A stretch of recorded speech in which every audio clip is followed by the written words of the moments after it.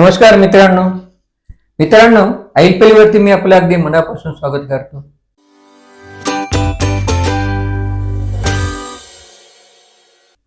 आज काही गोष्टी योगायोगाने घडतात, तशीच घडलेली आहे. माझे मित्र प्रदीपजी निफाडकर हे माझ्याकडे अचानक आले. मला खूप आश्चर्य वाटलं. मराठी साहित्य परिषदेच्या निवडणुकीनंतर आज ते प्रथमच आलेले आहेत आणि या संस्थेच्या नामवंत संस्थेच्या कोषाध्यक्षपदी त्यांची बहुमताने असंख्य मतं मिळून निवड झालेली आहे. त्यांची सर्वच टीम आलेली आहे. तर मी IPLच्या वतीने, IPLच्या प्रेक्षकांच्या वतीने आणि नरेश महाजनच्या वतीने एक साहित्यप्रेमी म्हणून मराठी साहित्य परिषदेच्या आपल्या सगळ्यांचं आणि विशेषतः तुमचं अगदी मनापासून स्वागत करतो. तू तुमचं वाटतं की आहो जाओ वगैरे म्हणू नको, ते आहे तसंच आरे कार्य म्हण. बरं तुला बर. पण फार कौतुक वाटलं की मराठी साहित्य परिषद ही नामवंत संस्था आहे, पण प्रदीप कोणतीही संस्था त्याच्यामध्ये जर बदल झाला नाही तर तिचा विकास खुंटतो. आणि म्हणून सातत्याने 2-5 वर्षाने तिथली माणसं बदलली पाहिजे, त्याची घडी बदलली पाहिजे. आणि म्हणून निवडणूक ही झाली, ही एका दृष्टीने खूप चांगली गोष्ट झालेली आहे. निवडणूक खूप जोरात झाली. विरोधी पक्षातली मिलिंद जोशी सारखी नामवंत मंडळी त्यामध्ये होती. तरी या ठिकाणी तुमची सगळी टीम या ठिकाणी निवडून आलेली आहे. ती लोकांचा हाच दृष्टिकोन आहे की ही संस्था चांगली चालत आणि कुठल्याही संस्थेमध्ये हे सगळं हा बदल होत राहिलाच पाहिजे. तर पुन्हा एकदा अभिनंदन करतो. धन्यवाद. पण प्रदीप, एक मात्र लक्षात आहे, म्हणजे तुला माझा राग येऊ नको, तू सगळ्या महाराष्ट्राचा आहे. प्रदीप निफाडकर मोठे गझलकार आहेत. महाराष्ट्रातलं असं एकही गाव नाही की जिथे यांचं घर नाही. म्हणजे कुठल्याही गावामध्ये गेले की त्यांचा एक तरी चाहता, एक तरी मित्र तिथं आहेच आहे. आणि पण नाशिकने तुला या निवडणुकीमध्ये मोठी मदत केली असं मला वाटतं. नाही, तुम्ही तू येतं या ठिकाणी बोल. नाही, मी मुलाखत द्यायला आलो नाही. मी IPL मध्ये आईस्पेस गप्पा मारायला आवडतात मला, म्हणून येतो. पण याचबरोबर मला तू विषय काढलाय म्हणून बरं आलं. मला नाशिककरांचे आभारच म्हणायचे. बर.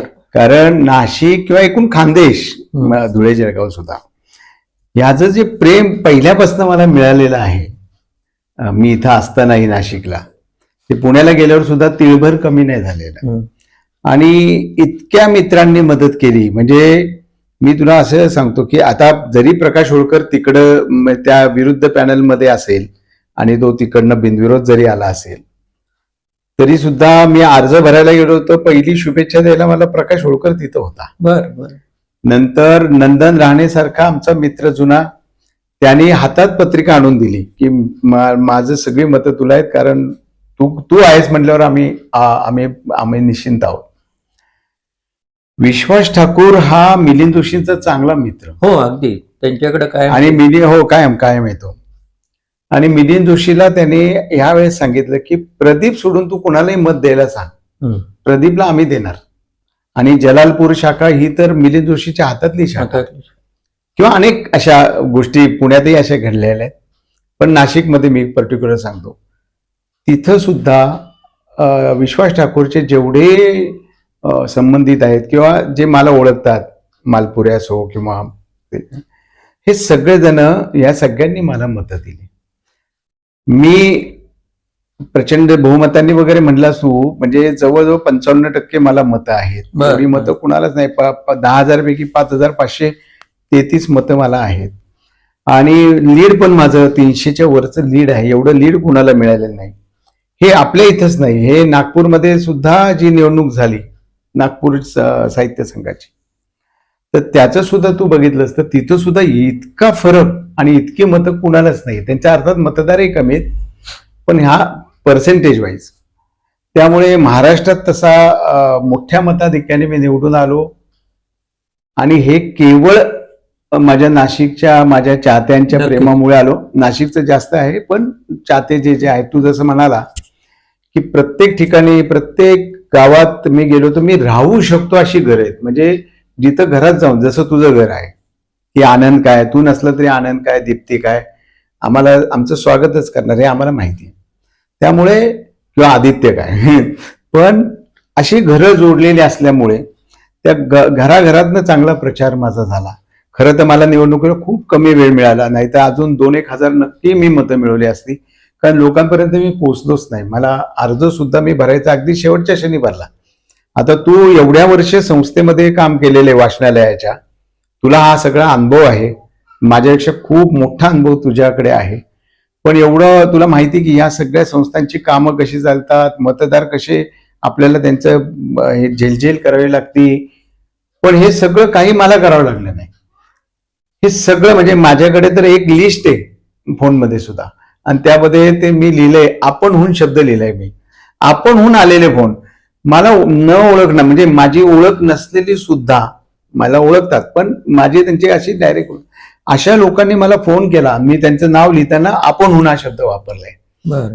या लोकांनी मला आपणहून फोन केला, मी सांगितलं की तुमच्या साहित्यावर आम्ही प्रेम करतो, त्यामुळे आम्ही तुम्हाला मत देणार आहोत. आम्ही खरं तुमच्या विरुद्ध पॅनलचे आहोत, अगदी या भाषेत म्हणजे अनेकांनी सांगितलं. त्यामुळे काय आहे, शेवटी मला एक वाटतं, म्हणजे पॅनल निवडणुका हे सगळं बाजूला राहतं, माणूस हा सर्वात महत्वाचा असतो. माणसं तुम्ही किती जोडता आणि माणसांशी तुम्ही कसं वागता हे महत्वाचं आहे. तर ते कामी येतो, बाकी काही नाही. त्यामुळे मला तो फरकही मिळाला आणि तेवढं लीडही मिळालं. थोडा वेळ मिळाला असता तर अजून 2-1 हजार नक्की मिळाले असते, पण ठीक आहे, हे पण छान झालं, समाधानकारक आहे. वेगळी लोक त्या ठिकाणी आले. मग मी नाशिकचं हे सांगितलं, नंदन राणे सांगितलं, विश्वास ठाकूर सांगितलं, मिलिंद चिंदडे सांगतो, अशी कितीतरी नावं मी आता घेऊ शकतो की ज्या माणसांनी अगदी सांगितलं की म्हणजे कोरी मतपत्रिका आम्ही द्यायला तयार होतो तुमच्या हातात, काही हरकत नाही आमची. इतके म्हणजे इतका हा जो विश्वास आहे ना, हा महत्वाचा असतो. आता निवडून आल्यानंतर या मराठी साहित्य परिषदेमध्ये जे तुम्ही काम करताय किंवा तिची जी विकास म्हणा किंवा बदल म्हणा, तर तो थोडक्यामध्ये आम्हाला नाशिककरांसाठी. म्हणजे कामं तर खूप करायची, पण आम्ही काय काय केलं एवढं सांगितलं तरी लक्षात येईल. आम्ही येऊन आता 3 महिने पण नाही झाले, तसे 3 महिने झाले आता, आणि आमचा थोडा मागच्या कार्यकारिणीने एक केस दाखल केली होती, ती कोर्टाने फेटाळली, न्यायालयाने ताबडतोब फेटाळली. इतकी ती टिकली पण नाही ती केस. त्यामुळे तो सगळा थोडा आमचा भाग त्यामध्ये जास्त झाला. पण आम्ही आल्यानंतर काय काय केलं, सर्वात पहिल्यांदा महत्वाचं जे महाराष्ट्र साहित्य परिषदेचं सर्वात महत्वाचं आहे, महाराष्ट्र साहित्य परिषदेची पत्रिका जी महाराष्ट्रभर अतिशय पूर्वीपासून वाचली जाते आणि एक संशोधन पत्रिका, त्याला एक दर्जा आहे, तर अशी पत्रिका जी गेले 10-15 वर्ष बंदच होती. आणि आत्ता जे मसापचे सभासद आहेत, ज्यांना जे टेक्नो सेवी नाही आहेत, अशा मसापच्या यांना त्यांना ती ईमेलवर पाठवत होते असे पूर्वी. तेही 6 वर्ष झाले त्याला सुद्धा, 6 वर्षापूर्वी ती, पण ती बंद केली. आम्ही पहिल्यांदा ती चालू केली. आणि विशेष म्हणजे आम्ही ती छापील स्वरूपात आणि डिजिटल स्वरूपात, दोन्ही स्वरूप ज्याला पाहिजे, म्हणजे आनंदला उद्या पाहिजे मला डिजिटल द्या, तर आनंद डिजिटल मध्ये घेईल आणि तू मात्र प्रिंट घेशील, असं दोन्ही पिढ्या लक्षात घेऊन आम्ही ती सुरू केली. हा महत्वाचं काम आम्ही आता केलेलं आहे. दुसरं महत्वाचं काम म्हणजे काय की ही जी संस्था आहे, या संस्थेचा एकूणच म्हणजे साहित्याच्या संस्था जेवढ्या आहेत त्यांची आर्थिक परिस्थिती वाईटच असते, आणि आमच्या इथं चांगली परिस्थिती असून गेल्या कार्यकारिणीने अनेक फिक्स डिपॉझिटला ज्या रकमा होत्या त्या काढून घेतल्या होत्या, त्या त्यांनी संपवल्या होत्या, कोष संपलेला होता. आम्ही आता आल्यानंतर म्हणजे अगदी एक उदाहरण सांगायला हरकत नाही की सांगायलाच पाहिजे. श्रीपाद जोशी म्हणून आपले जे लेखक होते, उर्दू मराठी डिक्शनरी किंवा माणूस जेव्हा जागा झालाचं भाषांतर, हे इतके मोठे लेखक, मी त्यांना भेटलेलो एकदा आणि चांगली भेट माझ्या स्मरणात आहे ती. आणि ती कुणी भेट घेतली होती, मला पत्र सेतुमाधवराव पगडींनी दिलेलं, ते पत्रही माझ्याजवळ आहे. त्या पत्रात त्यांनी लिहिलं, श्रीपाद जोशींना तुम्हाला उर्दूची आवड येतं, श्रीपाद जोशींना भेटा. असे श्रीपाद जोशी जे होते त्यांच्या मुलाकडे मी गेलो आणि त्यांना म्हटलं की तुम्ही ही जी देणगी दिली त्याचा आपण वडिलांच्या नावाने आपण पुरस्कार देतो, पण मला असं वाटतं की त्यात थोडी रकमेमध्ये अजून वाढ करायची. त्यांनी एकही क्षण विचार न करता, काही न विचारता 50,000चा चेक पटकन दिला आणि ते म्हणले हा 50चा आहे, तुम्हाला 1,00,000 अजून पाहिजे असेल तर मी देतो. नंतर महेंद्र भारती म्हणून एक आहेत जे बाबा भारतींचे चिरंजीव आहेत. म्हणजे बाबा भारती म्हणजे पाली मराठी शब्दकोश ज्यांनी पहिला लिहिला त्यांचे ते आहेत, त्यांचे चिरंजीव आहेत. त्यांनी 1,00,000चा चेक दिला. आत्ता एक परवा आमचे डॉक्टर संगमनेरकर, नितीन संगमनेरकर जे आहेत आमच्या कार्यकारिणीत, त्यांना एका माणसाने 30,000 असेच दिले. तो म्हटलं काही नाही का म्हणे, तुमचं काय काय पुरस्कार द्यायचा काय, कुणाच्या स्मरणार्थ किंवा तुमचं काय, नाही नाही नाही म्हणे, चांगली कार्यकारिणी निवडून आलेली आहे. म्हणजे आत्ता आमच्याकडे अशा 5-6 देणग्या आमच्याकडे ज्या आल्या गेल्या, योगेश्वर गंदे आहे त्यांनी 1.5 लाखाची देणगी त्यांनी दिली. तर आमच्याकडे जवळजवळ 3.5-4 लाखाच्या देणग्या ह्या 3 महिन्यात आल्या. मसाबाची पत्रिका आम्ही चालू केली, देणग्या येणं सुरू झालेलं आहे. टीम कोणकोणती आता? हा सांगतो ना. ह्याला अध्यक्ष आमचे योगेश सोमन म्हणून आहे. योगेश सोमन तुम्ही चित्रपटामध्ये, नाटकामध्ये बघितलेलं आहे, प्रसिद्ध व्यक्तिमत्व आहे. अनेक चित्रपटात तुम्ही पाहिलेलं आहे त्याला. स्वाती मालक म्हणून आमच्या कार्यवाह आहेत. नंतर दमा मिराजदारांची कन्या आणि रवींद्र मंकन यांची पत्नी. आता अर्थात तशी ओळख करून द्यायचं योग्य नाही, कारण त्यांनी स्वतःच रविराज पब्लिसिटी म्हणून त्यांचं आहे आणि त्याचं बरेच काम त्यांनी केलेलं आहे. अशा सुनेत्रा मंकनी आहेत. नंतर आमच्या ह्याच्यात आणखीन म्हणजे प्रसाद मिराजदार, म्हणजे या सुनेत्रा मंकनीचा चुलत भाऊ आहे, पण प्रसाद मिराजदारची ही ओळख नाही. प्रसाद मिराजदार एक स्वतः स्टोरी टेल जे आहे त्याचा एक मोठा भाग आणि चांगलं काम त्यांनी या क्षेत्रामध्ये केलंय. मीडियामध्ये चांगलं काम केलंय, ग्रंथालय शास्त्रामध्ये चांगलं काम केलेलं आहे. असा एक चांगला माणूस आमच्याजवळ आहे. आणखीन एक म्हणजे महाजन हा म्हणजे तो नाही, तर सुनील महाजन हा जो आहे तो आमच्यामध्ये आहे. सुनील महाजन म्हणजे सार्वजनिक काका जसं पूर्वी म्हणायचे, तर पुण्यात त्याला सांस्कृतिक सार्वजनिक काका म्हणतात. इतकं चांगलं, अतिशय चित्रपट महामंडळावर आहे तो, नाट्य महामंडळावर आहे, नाट्य परिषदेवर आहे. असा सुनील महाजन आमच्या बरोबर आहे की ज्याला अनुभव पण आहे. मागच्या कार्यकाळात त्यांनी काम केलेलं आहे, प्रचंड अनुभव आहे. कोषाध्यक्षही होता तो, बरेच पदं भूषवली, तर तो आहे. तर तो आमच्या कार्यकारिणीमध्ये आहे. असं सगळे सगळं पुण्याची संस्था ही चांगली होणारच आहे, म्हणजे आहेच. हो, तिला अधिक चांगलं आहे. पण तो गावोगावच्या ज्या अनेक मसापच्या शाखा आहेत या खूप संत आहेत किंवा बंद पडलेल्या आहेत, किंवा आणखीन काही गावोगावी ही मसापची जी शाखा आहे ती जायला पाहिजे. कारण गाव सुसंस्कृत झाल्याखेरीज आणि साहित्यानेच होणार आहे. गावाला गाव पण येत नाही. बरोबर. त्यासाठी मसापचा दृष्टिकोन काय? आमचं आत्ता आम्ही सगळ्या शाखा चार्जिंग केलेल्या आहेत. सगळ्या शाखांचे मेळावे आम्ही भरवत आहोत. आता परवा एक आम्ही येत्या 26 तारखेला आम्ही एक मेळावा घेत आहोत सगळ्या कारण फार मोठं आव्हान आमच्या समोर आहे, 100वे साहित्य संमेलन. तो मी प्रश्न पुढे विचारतो.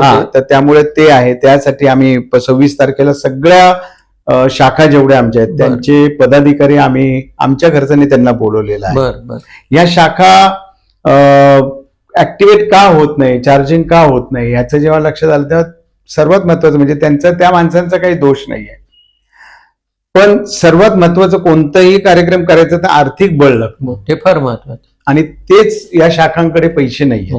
म्हणजे कोणत्याही शाखेकडे, कोणती अगदी असेल तरी, मुंबईचे असेल काय, नाही जे असेल काय. मग या शाखांना आम्ही चांगलं काही उपक्रमासाठी आम्ही पैसे देण्याचं, म्हणजे चांगल्या त्यांना सक्षम करण्याचं असं आम्ही ठरवलं आणि त्या दृष्टीने पावलं आमची पडतात. आमचा विचार आहे आत्ता जमलं तर या संमेलनाच्या आधीच, संमेलनानंतर नाही, संमेलनानंतर तर कदाचित होईल, पण प्रत्येक शाखेला 1,00,000 रुपये ताबडतोब देणार आहोत की जेणेकरून ते सक्षम होतील आणि कार्यक्रम त्यांचे काहीतरी सुरू होतील. नंतर जास्तही देऊ, पण पहिल्यांदा हे द्यायचं आहे. आणि त्या शाखांचे पदाधिकारी जे आहेत त्यांना इकडनं बळ खूप कमी मिळत होतं मुख्य कार्यकारिणीकडे. मुख्य कार्यकारिणीचा इथे इंटरेस्ट, जर तिथल्या लोकांचा इंटरेस्ट जर फक्त मला बोलवून माझे कार्यक्रम करा, मला मानधन द्या, एवढ्या पुरता राहिला तर होत नाही. तुम्हाला खरोखर साहित्यासाठी काही करायचं असेल तर त्या शाखातल्या माणसांना मोठं करायला पाहिजे. नुसतं मीच मोठा आहे, मीच चांगला बघताय तर नाही होणार ना. तिथले वक्ते तुम्ही किती घडवता याच्यावर तुमचं काम आहे. बरोबर, हा ते व्हायला पाहिजे. ते व्हायला पाहिजे. तर त्यामुळे त्या पद्धतीने आता अनेक शाखांना मी भेटी देतोय. मध्यंतरी कल्याणची आमच्या शाखेची निवडणूक झाली, मी त्याला निरीक्षक म्हणून गेलो होतो.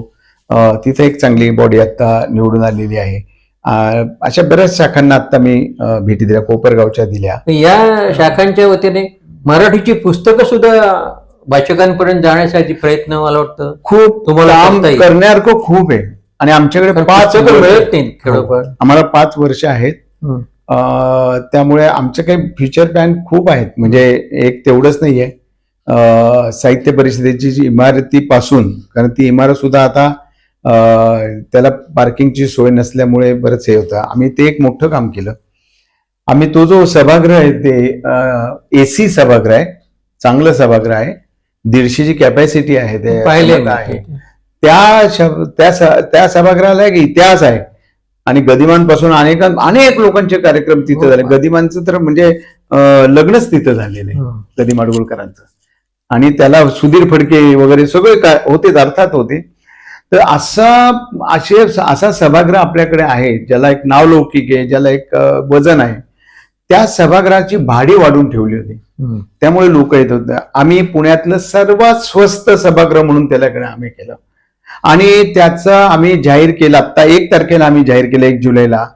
तुम्हाला सांगतो 2 महिन्याचं बुकिंग आमचं सगळं झालेलं आहे. अरे वा, इतकं लोक आता यायला लागलेत आणि काम करायला. त्या सभागृहाचं भाडं जे होतं 5,500 ते आम्ही 4,000वर आणलं. म्हणजे 1,500 आम्ही कमी केलं. एवढं स्वस्तातलं सभागृह पुण्यात कुठेच नाहीये, त्यामुळे ते केलेलं आहे. अशी अनेक कामं आमची चाललेली आहेत, म्हणजे बरीच सांगण्यासारखे आहेत. आता 100व साहित्य संमेलनाचा उल्लेख झाला तर त्या संदर्भामध्ये काय दृष्टी? 100व साहित्य संमेलन मोठा मैलाचा दगड आहे. मैलाचा दगड आहे. अखिल भारतीय मराठी साहित्य महामंडळ, आमचं जे अखिल भारतीय मंडळ आहे, हे महामंडळ आयोजित, म्हणजे ते त्यांचं संमेलन असतो महामंडळाचं. आणि महामंडळ अर्थातच आमचे 3 पदाधिकारी, म्हणजे योगेश सोमन, मी आणि आमची स्वाती, आम्ही 3 जण आहोतच, पदसिद्धच असतो आम्ही. त्यामुळे महामंडळाचा अध्यक्ष सोमन आहे, कार्यवाह स्वाती, आणि मी कोषाध्यक्ष महामंडळाचा पण आहे. या 3घही आम्ही तिथं आहोत. पण या महामंडळाची अतिशय एक चांगली रचना आहे महाराष्ट्रातल्या, म्हणजे मराठवाडा, मुंबई आणि नागपूर म्हणजे विदर्भ, असे 4ही संस्था आहेत याबरोबर. आणि बृहन महाराष्ट्र पण आहे. मग त्यामध्ये रायपूर येईल, बिलासपूर ते येईल, किंवा हैदराबाद येईल, गोवा आहे, तुमचं भोपाळ आहे, इकडं बडोदा आहे. इथले काही लोक साहित्यप्रेमी आहेत आणि चांगली त्या लोकांची आम्हाला सहकार्य, साथ मिळत आहे. हे सगळं महामंडळातर्फे आपण करत असतो. संमेलन, महामंडळाचं संमेलन असो, ते आयोजित आम्ही करतो. आणि आमच्या बरोबर जे संयोजक आहेत ते समर्थ युवा फाउंडेशनचे राजेश पांडे म्हणून, ज्यांनी पुण्यात गेले 3 वर्ष पुस्तक महोत्सव भरवला. आणि तो अप्रतिम भरवला, न भूतो न भविष्यती असा महोत्सव भरवलेला आहे. आणि त्या महोत्सवाचं वैशिष्ट्य असं की जी तरुण पिढी जी पुस्तकांपासून दूर गेली म्हणत होतो, ती सगळी तिथं आली. 60% त्या प्रदर्शनाला भेट देणारी आणि विकत घेणारी पुस्तकं तरुण मंडळी होती. म्हणजे अक्षरशः ओझे घेऊन तरुण मंडळी तिथनं बाहेर पडल्या. इतका महोत्सव तो मोठा झाला, सगळ्या महाराष्ट्राला आणि जगाला माहिती आहे. तर ते आमच्या बरोबर आहेत आणि त्यांनी एक चांगली साथ आम्हाला दिलेली आहे सगळ्यांना. तर त्यांच्या डोक्यात प्रचंड कल्पना आहेत. त्या सगळ्या कल्पना आम्ही आता सांगणं योग्य होणार नाही, पण खूप चांगल्या कल्पना आहेत. 100व संमेलन न भविष्यती असं होईल. न भूतो नाही म्हणत मी, पण न भूतो म्हणतो, न भविष्यती नाही म्हणत, कारण न भविष्यात आमच्यापेक्षा चांगलं कोणी करेल, पण न भूतो म्हणजे आतापर्यंतची जी झाली त्यापेक्षा चांगलं करू. एक त्यांची कल्पना आम्ही आता राबवतो आहेत, 14 ऑगस्ट पासून राबवतोय. ते तुम्हाला नवीन माहिती मी देतो. 14 ऑगस्टला आम्ही नांदी संमेलन भरवतो आहोत. आणि हे पुण्यात आहे. पहिलं 14 ऑगस्टला 1 दिवसाचं संमेलन आहे. आणि हे जिथं पहिलं संमेलन झालं होतं त्या जागेवर आम्ही भरवत आहोत. आणि ते झाल्यानंतर आम्ही 99 1 दिवसाची संमेलन भरवतो. आणि ते गावोगाव आहेत. मग नगरमध्ये आहेत, काही सोलापूर वगैरे भागात आहेत, काही नाशिक, जळगाव, खानदेशात आहेत. असं 1 दिवसाची संमेलनं तिथे घेत आहोत. आणि त्याबरोबर आम्हाला सहकार्य करायला NBT, नॅशनल बुक ट्रस्ट, यांनी 2 गाड्या आम्हाला दिलेल्या आहेत. बर बर. त्या 2 गाड्यांमध्ये पुस्तकं असणार आहेत. लोक येऊन ती पुस्तकं बघू शकतात, विकत घेऊ शकतात. असं ते एक प्रदर्शन पण त्याच्याबरोबर असणार आहे जोडीला. आणि हे 14 ऑगस्ट पासून त्या गाड्या सगळीकडे फिरतील, दोन्ही गाड्या. आणि मस्तपैकी 99 संमेलन होतील. मग 100वे संमेलन पुणे विद्यापीठात 28, 29, 30, 31 जानेवारी या 4 दिवसात तिथं होणार आहे. मी आपल्या आईल पेनच्या सगळ्या प्रेक्षकांना, रसिकांना आणि तुझ्यावर प्रेम करणाऱ्या सगळ्यांना, माझ्यावर प्रेम करणारे आहे त्या सगळ्यांना मी ह्या माध्यमातून निमंत्रण देतो की 28, 29, 30, 31 हे 4 दिवस तुम्ही राखून ठेवा. 100व्या संमेलनाचे तुम्ही साक्षीदार व्हायचं आहे. हे संमेलन प्रदीप निफाडकर नाही, मसाप नाही, युवा फाउंडेशन नाही, हे संमेलन मराठी माणसांचं आहे. आणि हे संमेलन करण्या अगोदर ही जी 99 संमेलन भरवणार आहेत, या 99 संमेलन मध्ये काही संमेलन आम्ही परदेशात सुद्धा भरवणार आहोत. बर. दुबईचं तर आम्हाला निमंत्रण आता आलंय. 24 ऑक्टोबरला आम्ही दुबईत करतो आहोत. 24 ऑक्टोबरला सिंगापूर, नंतर तुमचं मॉरिशस, अशा अनेक ठिकाणची निमंत्रणं आम्हाला येत आहेत. आणि अमेरिकेत आम्ही करतो आहोत. जिथे जिथं संमेलनं झाली तिथं करतो आहोत. बरं प्रदीपजी, हा सगळा आनंदोत्सव होतच राहणार आहे. परंतु या संमेलनाच्या नंतर किंवा आधी मराठी अभिजात झालेली आहेच. इकडे मराठी अभिजात झाली आणि मराठी शाळा बंद पडत आहेत, याची फार मोठी खंत आहे. हा उत्सव होत राहील, संमेलन होत राहतील, पण मूळ जो मराठीचा पाया आहे तो कुठेतरी जळमळीत झालेला आहे. आमचं खरं काम संमेलन भरवणं आहे, पण नुसतं संमेलन भरवणं किंवा ते करणं नाही, तर एक मराठीसाठी काय चांगलं 5 वर्षात करता येईल हा तर आमचा बेसच आहे. म्हणजे ज्या पायावरच आम्ही काम करतो आहोत. आणि त्या दृष्टीने बरेच कामं सुरू आहेत, काही डोक्यात प्लॅन आहेत. म्हणजे एकीकडे मराठी शाळा तुम्ही म्हणले तसं बंद पडत आहेत, पण मराठी शाळा बंद पडत आहेत तर मी काय म्हणतो, मराठी शाळा काय, उर्दू शाळा काय, हिंदी शाळा काय, हे बंदच पडत चाललेले आहेत. भाषेला रोजगाराचा जोड दिलेली नसल्यामुळे हे सगळं होत आहे. पण आता जे मुंबईत एक चांगला निर्णय झाला, मुख्यमंत्र्यांनी घेतला आणि टॅक्सी ड्रायव्हरला मराठी शिकवायला लागले. मुंबई मराठी संघ त्या बाबतीत, गिरगावचा त्या बाबतीत पुढाकार घेऊन त्यांनी ते शिकवायला सुरुवात केली, टॅक्सीवाले मुंबई. या निमित्ताने त्यांना मराठी भाषेची गोडी लावली जाते. तर हा आम्ही पण अवलंबतो निर्णय आणि आम्ही पण त्याच्यावर काम करतोय. माझं तर आता असं मत आहे की शाळा कॉलेजमध्ये भाषा हा विषय काढूनच टाकावा. म्हणजे त्याला कारण काय ते सांगतो की ही रड करण्यापेक्षा एक भाषा भवन किंवा अमरावतीला जे मराठी विद्यापीठ झालेलं आहे त्या अमरावती विद्यापीठाच्या शाखा काढाव्या आणि ज्यांना भाषेत रस आहे त्यांनी सगळ्या भाषा तिथे येऊन शिकाव्या. मग हिंदी शिकाव्या, फ्रेंच शिकावी, रशियन शिकावी. त्यांच्यासाठी भाषा हा एक कम्प्लीट हे कारण भाषेत तिला रोजगाराशी कसं जोडता येईल. कारण अनेक लोकांना वाटतं की मी मराठी विषय घेतला, मला काय भवितव्य आहे, पण त्यांना हे कळत नाही मराठीत आज किमान म्हणतोय मी, दरवर्षी 200 चित्रपट होतात निर्माण.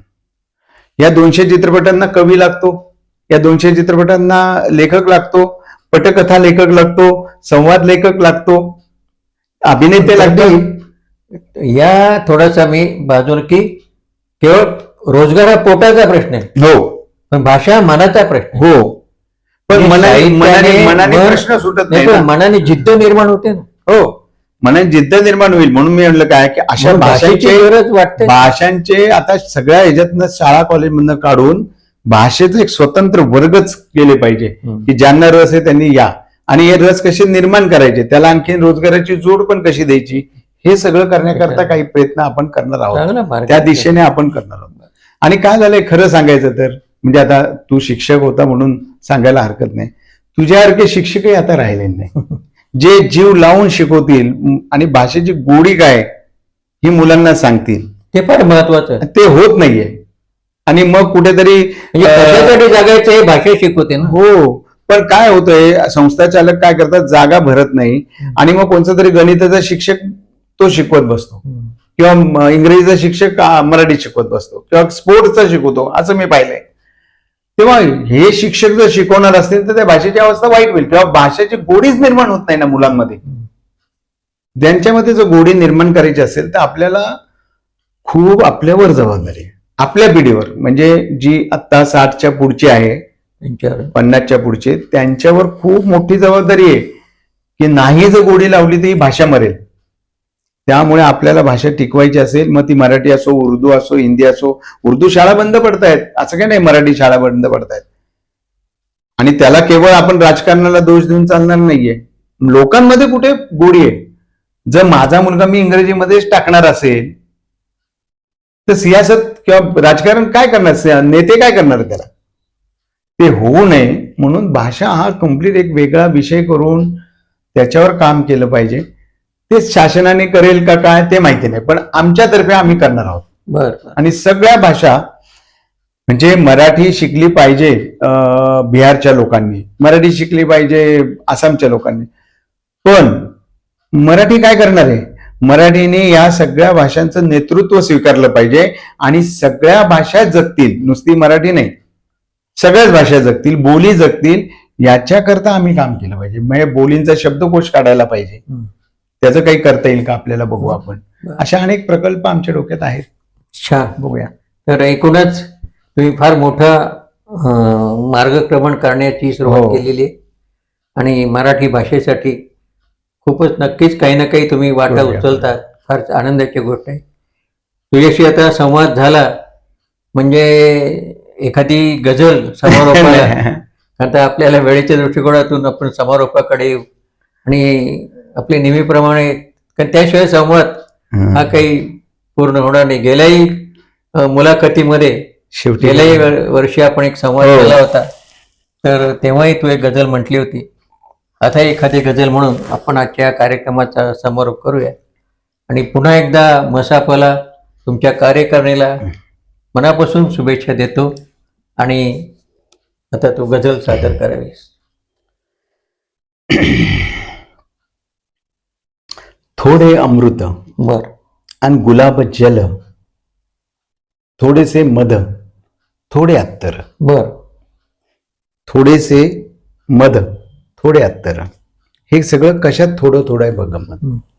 थोडे अमृत अन गुलाब जल, थोडेसे मध, थोडे अत्तर, देवाने या तुला घडविले माझ्या खातर इतके सुंदर. क्या बात आहे, क्या बात. देवाने या तुला घडविले माझ्या खातर इतके सुंदर. आता किती सुंदर बनवलेले बघ. ही कामधेनूच्या गोड दुधाची साय काढूनही तुला लावली. वा. म्हणजे आपण लहान बाळाला जसं न्हाऊ घालताना साय लावतो किंवा डाळीचं पीठ लावतो, आहे की नाही, तिला लावायची गरजच नाही, तिला तिथंच लावून मिळालेलं आहे. कसं, कुणाचं मिळालंय दूध? कामधेनूचं. थोडे अमृत अन गुलाब जल, थोडेसे मध, थोडे अत्तर, देवाने या तुला घडविले माझ्या खातर इतके सुंदर, कामधेनूच्या गोड दुधाची साय काढून तुला लावली. आता तिला देवाने लावली, मग माझं काय?